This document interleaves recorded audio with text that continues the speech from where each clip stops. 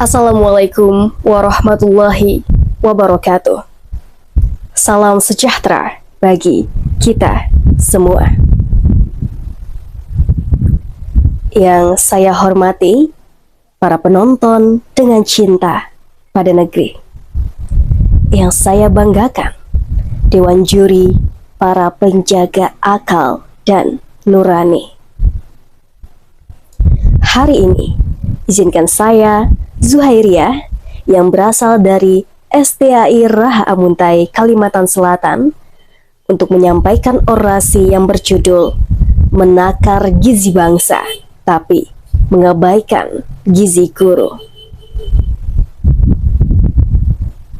Saya berbicara bukan sekedar dengan data, tapi juga dengan rasa, tentang sebuah pilihan kebijakan yang di satu sisi adalah bentuk kasih sayang, namun di sisi lain bisa jadi menggeser keadilan. Pemerintah telah memulai langkah besar makan gratis bagi jutaan anak Indonesia.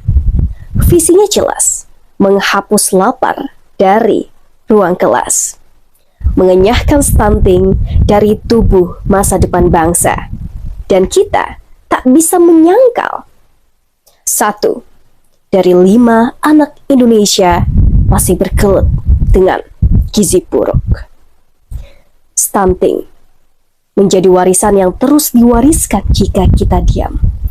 Ya, makan gratis bukanlah hal yang sia-sia. Tapi, mari kita menengok pada sisi lain cermin ini. Anggaran sebesar 71 triliun telah dikunci untuk tahap awal dan untuk menjangkau semua anak bangsa. Angka itu akan membengkak menjadi 100 triliun per tahun. 5 tahun ke depan, program ini bisa menelan sampai dengan 852 triliun. Pertanyaan kita kini bukan kenapa makan gratis, tapi dari mana semua ini dibayar? Dan lebih penting lagi, apa yang akan dikorbankan? Sebab dalam ruang anggaran yang terbatas, prioritas yang satu berarti menyingkirkan yang lain. Dan kabar tak sedap mulai berembus. Alokasi untuk pendidikan terancam dirasionalisasi. Gaji guru honorer masih di angka 300 sampai 500 ribu per bulan di banyak pelosok negeri. Padahal mereka adalah penjaga cahaya yang setiap hari membakar dirinya untuk menerangi generasi. Mereka yang kita sebut pahlawan tanpa tanda jasa akan terus menjadi nama manis tanpa kesejahteraan. Apa artinya perut kenyang jika akal diasuh oleh guru yang lapar?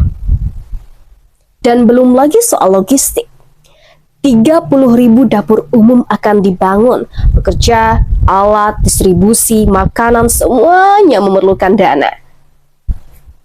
Apakah kita siap memastikan ini efisien tanpa menyedot dana dari pos yang semestinya tak tersentuh? Saudara-saudara yang saya cintai, kita tidak menolak kasih sayang negara dalam bentuk makan siang.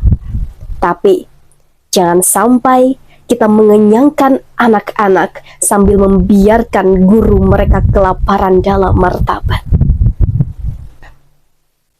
Pendidikan bukan hanya soal ruang kelas dan bangku. Ia adalah soal guru yang dihormati, digaji layak, diberi ruang untuk tumbuh bersama murid-muridnya. Maka saudara-saudara, saya mengajak kita semua, berpikirlah tidak dengan emosi yang membuncah, tapi dengan akal dan hati yang bersinergi. Mari kita dorong kebijakan makan gratis ini agar tidak menggerus anggaran pendidikan, tidak meminggirkan kesejahteraan guru, dan tidak membuat bangsa ini besar di perut tapi kecil di pikiran. Kita bisa memberi makan siang tanpa melupakan sarapan untuk akal. Ketika perut lapar didahulukan, lalu siapa yang menyuburkan akal?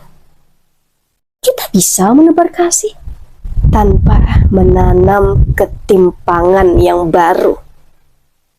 Mari saudara-saudara, terus kawal arah kebijakan negeri ini agar tetap waras dalam keberpihakan.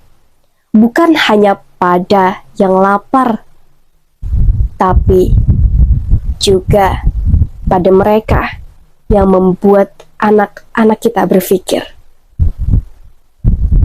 Ki Hajar Dewantara pernah berkata, kemajuan suatu bangsa bergantung pada pendidikan.